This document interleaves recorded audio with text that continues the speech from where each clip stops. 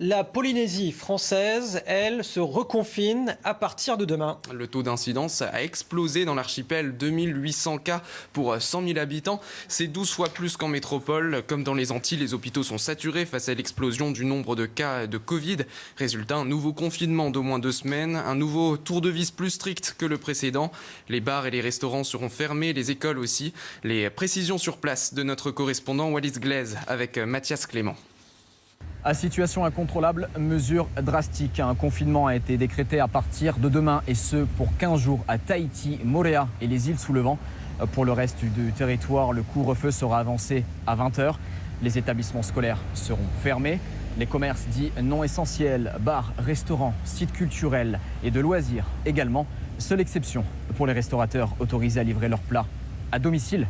Il faut dire qu'ici, en Polynésie, la situation est intenable.